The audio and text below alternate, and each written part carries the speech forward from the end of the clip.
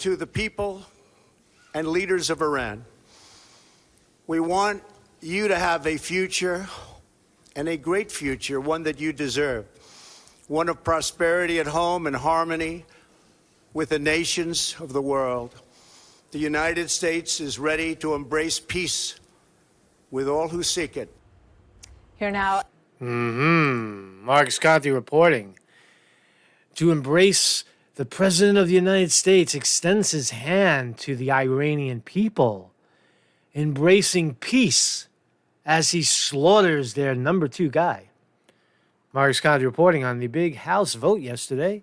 We'll talk about that too. There was a bomb, plane, the Ukrainian plane went down over Iraqi war space, whatever. And we'll take a look at that. I'm not really sure what the fuck I'm talking about, but I'll take a look at it with you guys. So the House, big vote yesterday. Big vote. The big vote, the big Nancy Pelosi vote. This is right up there with impeaching the president with no consequence. We're going to impeach the president. What does it mean? Absolutely nothing. Will it ever pass? Will the president get knocked out of office? No. Same here. All right, so let's look at the vote. House votes to restrain President Trump's Iran war powers. The debate over the resolution reignites a fierce dispute over Congress's role in matters of war and peace, and highlighted deep disagreements over President Trump's policy on Iran. Really, what disagreements? They all agree on it. They all agree on it, except when it comes to trying to get reelected. Then they disagree on war. But when it comes to voting and giving Trump, an extra $70 billion from $700 billion to $770 billion, increasing the war budget, nobody said a peep about it. Give him the money. And we outspend everybody else 10, 11, 12 times, 12 to 1. And where was the outrage then? Now there's an outrage. Okay. A sharply divided House voted on Thursday to force President Trump to come to Congress for authorization before taking further military action against Iran, in a sharp response to his ratcheting up of hostilities with Tehran without the explicit approval of the legislative branch. Bull fucking shit. They didn't force anything. There's no enforceability to what was just voted on. It's another frivolous vote, just like the vote to impeach Trump. The vote was 224 to 194. 224 to 194, almost entirely along party lines. That's almost the same numbers as impeachment. To curtail Trump's war-making power, it came as Democrats insist that the president must involve Congress in any escalation against Iran, and Republicans, following Mr. Trump's lead, accused the Democrats of coddling the enemy and questioning the commander-in-chief at a dangerous moment. It is. I would have to agree with the Republicans there. You're coddling whether Trump made the right decision or not. You don't call into question his what he did as an American. You don't do that. You have to at least hear him out, and that's why it becomes an election thing, to get Trump reelected. Because when a president is at war, you don't question the power of the man. He looks more powerful than he actually is. He becomes graded in life. He becomes a superhero. The president is a superhero in times of war. See how it's a false fucking fag? A false flag? Fag? Right? That's what it is. That's what it becomes because it seeks to, it's the big move covering the little move.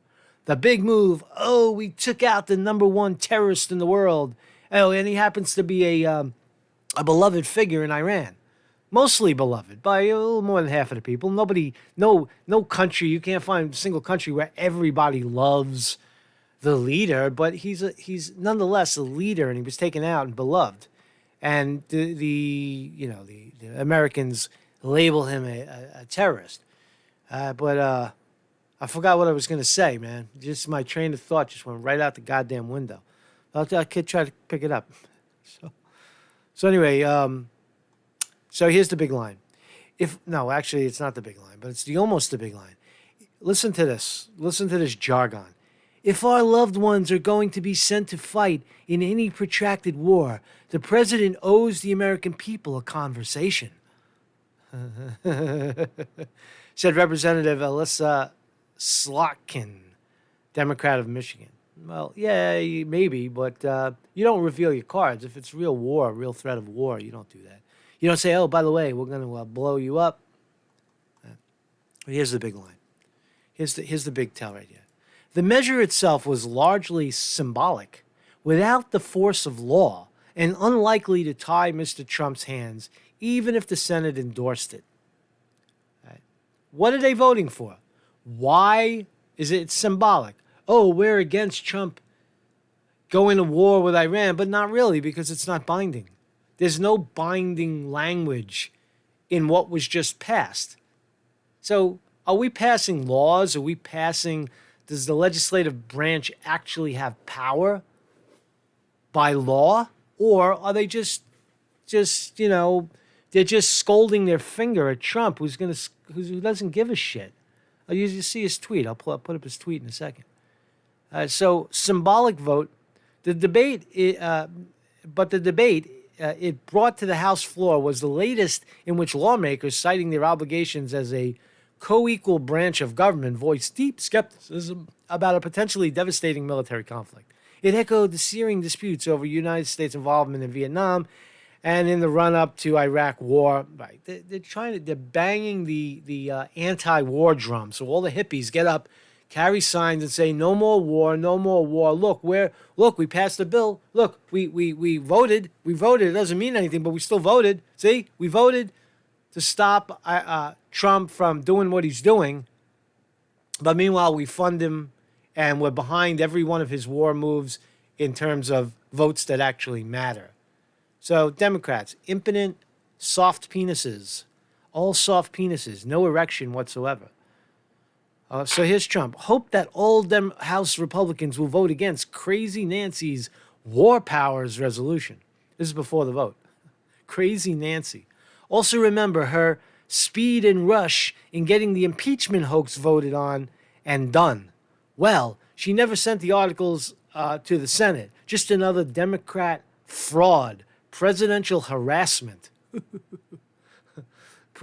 Presidential harassment. That's a good line, man. Fucking Trump coins another phrase. So here's again. House votes to limit Trump's president powers. Blah, blah, blah, blah. After killing Qasem Soleimani. So it's official.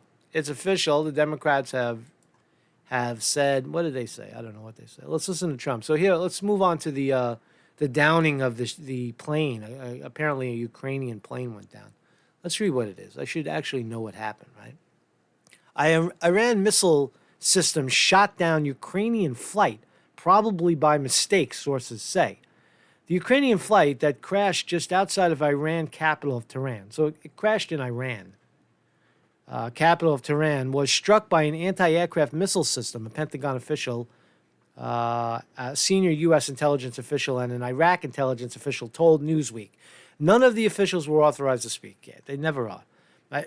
Ukraine International Airline Flight 752, a Boeing 737 en route to Tehran, Iyam Kamani International Airport, was shot down. Iran launched missiles at military bases housing U.S. blah, blah, blah, blah, blah, blah, blah, blah, blah. Okay, so let's listen to Trump. Mr. President, the plane that went down from Iran, what do you think happened to that plane? Well, I have my suspicions. It was very, I don't want to say that because other people have those suspicions also. It's a tragic thing. When I see that, it's a tragic thing.